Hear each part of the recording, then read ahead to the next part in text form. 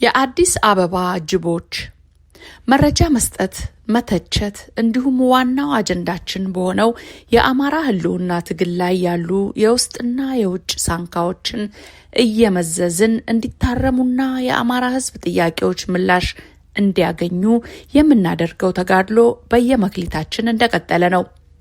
በአንጻሩ በዚህ ትግል ላይ በቀናነትና አማራዊ ስነልቦና ተላብሰው ስለ እውነት የሚታገሉትን ሁሉ ያለ ልዩነት እንደግፋለን። በግሌ ደግፋለሁ፣ እናበረታታለን። በትግሉ የተሰዉ ሰማዕታትንም ያለማቋረጥ እንዘክራለን። አሁንም ክብርና ሞገስ ለአማራ ህዝብ ነጻነት ሲሉ ለተሰዉ አማራውያን ጀግኖች ሁሉ። ዛሬ በመናገሻችን ላይ የአጼ ዳዊት ከተማ የእቴጌይቱን አበባ ጓዳዎች በወፍ በረር እንዳስሳለን። የተመረጠውን ርዕስ ደግሞ የአዲስ አበባ ጅቦች ብለን ሰይመነዋል። ይህቺ መከረኛ ከተማ አማራ መስርቷታልና ለአማራ ህዝብ የታዘዘውን መከራ ሁሉ እንድትቀበል በደርግም በወያኔና በኦህዴድ ኦነግም እየተሰቃየች ያለች ከተማ ናት። የደርግን የወጣቶች አፈሳና የመንቀሳቀስ ነጻነት ወይም የሐሳብ ነጻነት አፈና እንቶና ወደ ወያኔዋ አዲስ አበባ ይባስ ብሎ ወደ ውድመት ወደ ከተታት የኦህዴድ ኦነግ ጨካኝ አገዛዝ ጅቦች ላይ እናተኩራለን። በጥቂቱም ቢሆን በወያኔ የነበረው የአዲስ አበባ መልክዓ ምድር የከተማው ህዝብ ኑሮና የዳቦ ዋጋ አሁን ካለው በ800% ይሻላል።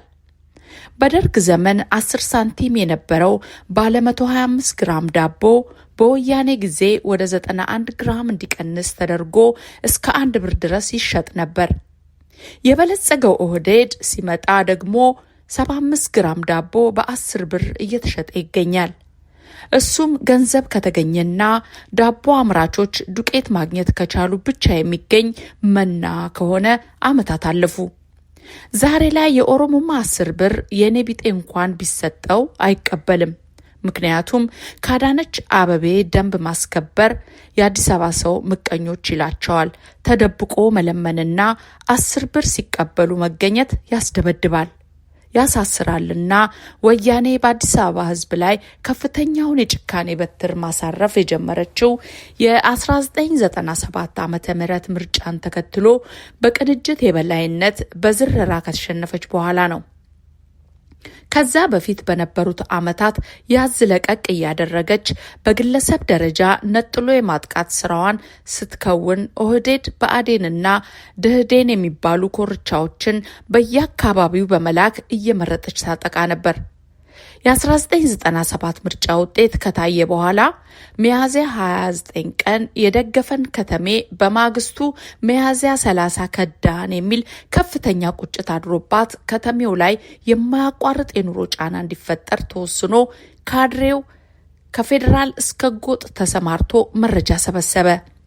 የህዝቡን ስነ ልቦና አደመጠ። በነገራችን ላይ አሜሪካ ተቀምጦ አሁን አክቲቪስት ነኝ የሚለው የኦህዴድ ኮርቻ የአዲስ አበባ ህዝብ በችግር እንዲቀጣ ሲወሰን እሱም ኮልፌ ቀራኒዮ ክፍለ ከተማን ወክሎ የኢህአዴግ ወያኔ ዋናው አስፈጻሚ ንቅል ካድሬ ነው። ዲያስፖራ ሞኙ ሰው አማኙ ከ200 በላይ የአዲስ አበባ ህዝብን ያስገደለ ካድሬ ማህበራዊ ሚዲያ ላይ ተጥዶ ላይክ እና ሼር ሲያደርግ ይውላል።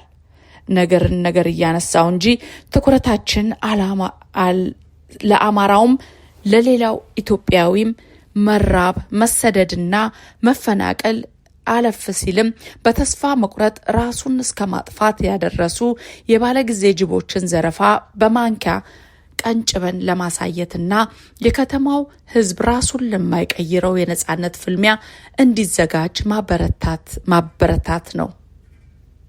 የቅንጅትን አሸናፊነት ተከትሎ በአዲስ አበባ ህዝብ ላይ ከተጠነሰሱት ዋና ዋና የበቀል አለንጋዎች መካከል አንደኛ በከተማ መልሶ ማልማት ስም ነባሩን አካባቢ ማንሳትና በእድር፣ በእቁብ፣ በጽዋ ማህበርና በሌሎችም ሃይማኖታዊና ባህላዊ ገመድ የተሳሰረውን ማህበረሰብ በታትኖ እንዲሰፍር ማድረግ። ለዚህም በአራቱም የከተማው አቅጣጫዎች ሰፋፊ ቦታዎች እንዲዘጋጁ ማድረግ።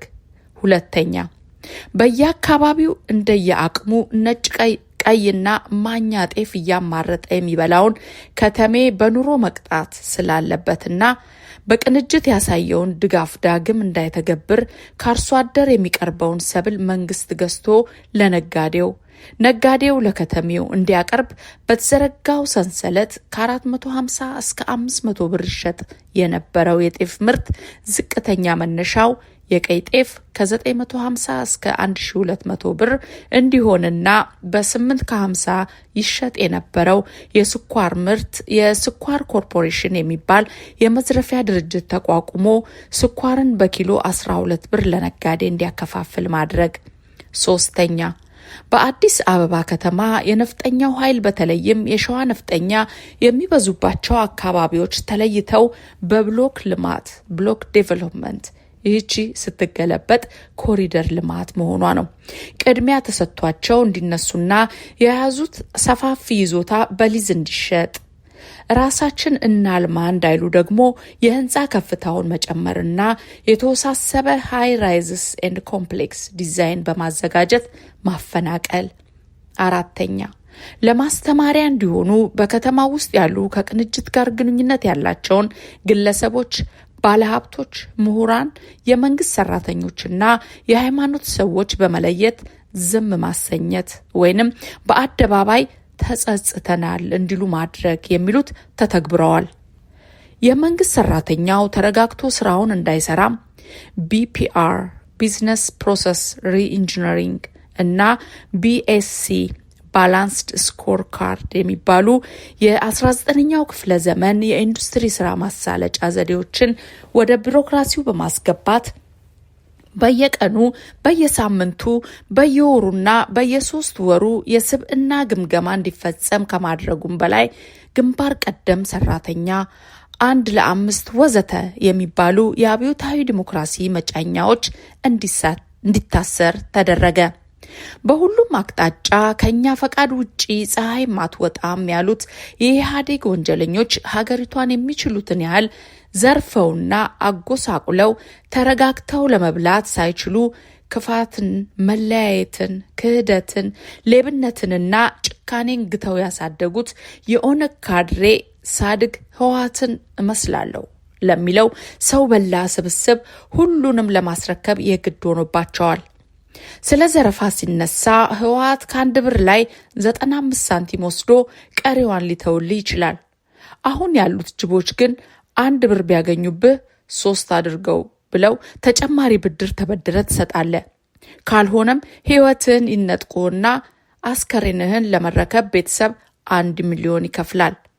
አብይ አህመድ፣ አዳነች አበቤና ሽመልስ አብዲሳ ተቀናጅተው የአዲስ አበባን ነባር ህዝብ ጠራርገው ያለ አንዳች ካሳና ምትክ ከህጋዊ ይዞታው ከማፈናቀላቸውም በላይ ከአዲስ አበባ ከተማ ይዞታ ላይም ወደ 30% የሚሆነውን መሬት በመቀነስ ሸገር ሲቲ የሚባል የማደናገሪያ ስም አውጥተው ህዝቡን ኮንቪንስ ኤንድ ኮንፊውዝ እያደረጉት እዚህ ደርሰናል።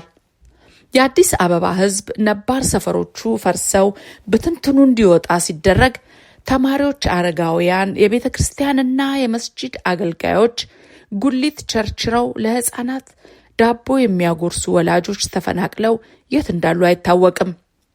20 ዓመታትና ከዛ በላይ ከልጆቹ ዳቦ እየቀነሰ ኮንዶሚኒየም ይደርሰኛል ብሎ ሲቆጥብ የነበረው ከተሜ ታከለ ኡማ በሚባል የቀንጅብ 25,000 ቤቶችን በአንድ ጀንበር ተቀምቶ ዛሬ ይሙት በህይወት ይኑር አይታወቅም። ኮዬ ፈቼ በሚባለው የአዲስ አበባ ምስራቅ አቅጣጫ በድሃ ገንዘብ የተገነባ ቤት ጀዋር መሐመድ በሚባል ጽንፈኛ የተደራጀ ጸረ ህዝብ ኃይል በገጀራ ተባሮ ንብረቱን በልተው በማይጠግቡ የኦህድድ ኦነግ ተረኞች ተዘርፎ እያነባ ወዴት እንደሄደ ፈጣሪ መርምረው። ይህን አይን ያወጣና ለአንድ አካባቢ ሰዎች የተፈቀደ የዘረፋ ሰንሰለት ለማየት ጠቅላይ ሚኒስትሩ በሚገነባው ቤተ መንግስት የአበባ አደባባዮች ብቻ ሳይሆን ከተማ ውስጥ ከድሃ በተዘረፉት ይዞታዎች ላይ በአንድ ሌሊት በቅለው የሚያድሩት የሪል ስቴት ነባሮቹን አይጨምርም ግንባታዎች ቋሚ ምስክር ናቸው። በመንግስት መስሪያ ቤት እንኳን ስራ ተወዳድሮ ለመቀጠር ይቅርና ባለጉዳይ ሆኖ ለመንግስት የሚከፈል አገልግሎት ለመክፈል የባለጊዜዎችን ቋንቋ መናገር የግድ ይላል። ካልሆነ የሚሰማ የለም። እዚህ ላይ አንድ የመረጃ ምንጭ የነገረኝን ለማሳየት ላካፍላችሁ። ሰውየው ግብር ለመክፈል ወደ አንድ ወረዳ ሄድና 5 ሰራተኞች ተደርድረው ያገኛል። የቋንቋ ችሎታው ተፈተነና ወደቀ። ተራ እንዲጠብቅ ተነግሮት ፋይሉ ሲገኝ ምሳ ደረሰ። ልብ በሉ፣ ከሱ ውጪ ባለጉዳይ በሰዓቱ የለም። ከምሳ መልስ ሰዓቱን ጠብቆ ሲመጣ ገንዘብ ተቀባይ አልገባችም፣ ጠብቅ ተባለ። 8:30 ላይ መታ ሊከፍል ሲል የሂሳብ ስህተት አለው ተብሎ ወደ ኃላፊው ተመለሰ።